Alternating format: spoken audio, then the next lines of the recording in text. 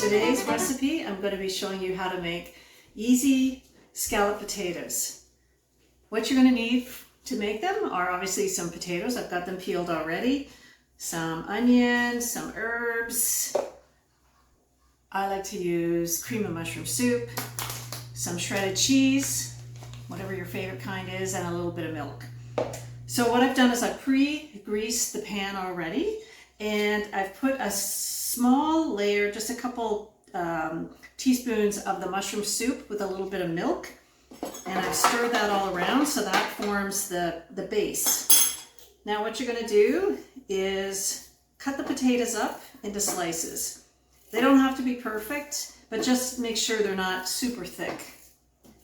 So I'm going to do that, and I'm using a paring knife for that. I like to use a paring knife for most of my peeling and cutting up of vegetables like this. You'll notice I don't use a cutting board for this sort of thing.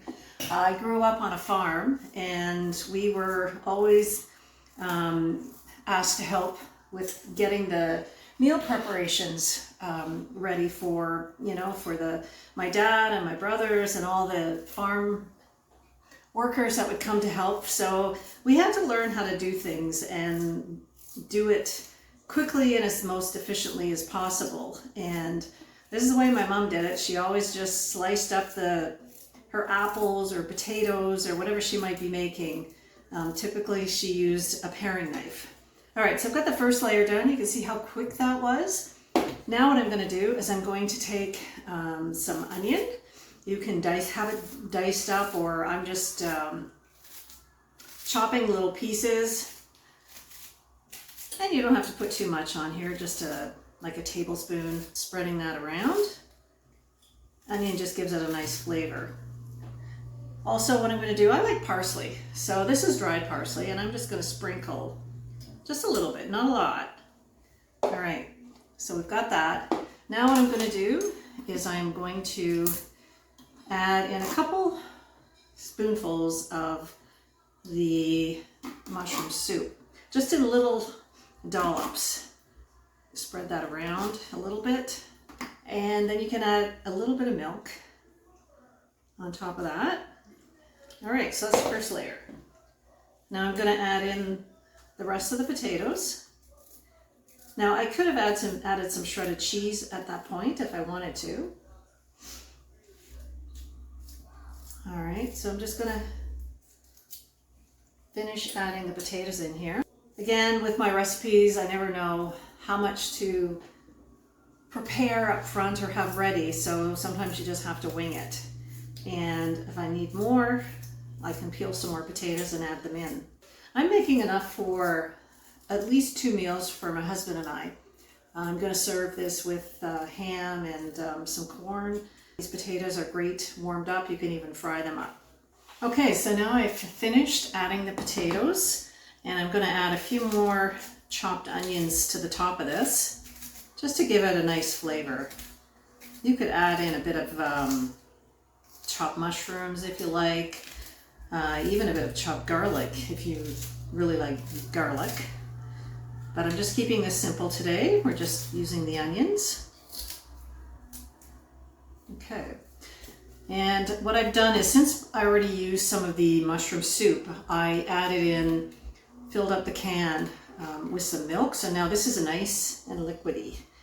And I'm just going to pour that over.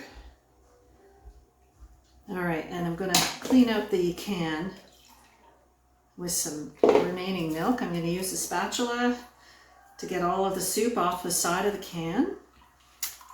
As I mentioned, I grew up on a farm, and the motto was waste not, want not, right? So you used everything, you didn't throw things out.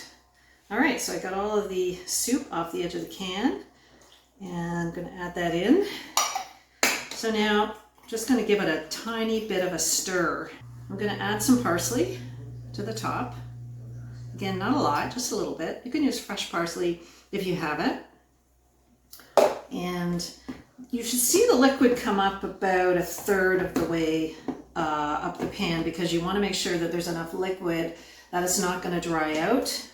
So I'm just going to finish off this milk and add a little bit more just to be safe, because I've got a lot of potatoes in here. So again, as I mentioned, my recipes, I just kind of wing it and hope it works out. And the last thing I'm going to do here, just to make this a little fancier, is add on some shredded cheese onto the top. And it'll make it just yummy and delicious. Okay, so there we go. Now what I'm going to do is I'm going to pop it in the oven, 400 degrees, and check it in about 45 minutes. I will test it with either a knife or a fork and just make sure that the potatoes are tender.